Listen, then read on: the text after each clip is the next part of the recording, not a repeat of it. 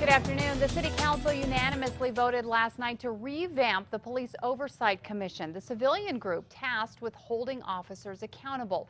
The bill gives the commission a lot more power, but not everyone is happy with it. News 13's Tina Jensen is in the Newsplex with more. Kim, city councilors call it a historic piece of legislation. A year and a half of research went into the proposal to give a civilian group more power, and it could be in place for years to come. When the feds issued their report on APD, they said the lack of power given to the civilian oversight group contributed to the problems in the department.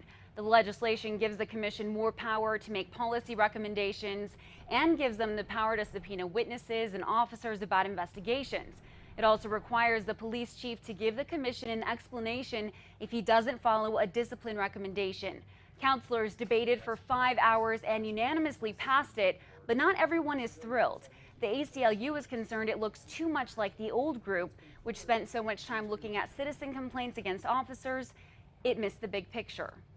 I watched as officer-involved shootings rose and rose and rose in our city, and to my alarm, the Police Oversight Commission was entirely silent on the matter, and they spent much of their time delving into individual complaints. We can't see that kind of a situation happen again in the city of Albuquerque. The union isn't happy with it either, saying it goes too far. They're concerned it was pushed through without their input and say it violates the rights of officers. The APOA today told me they're considering a civil lawsuit to stop the legislation as long as it's what the rank and file officers want.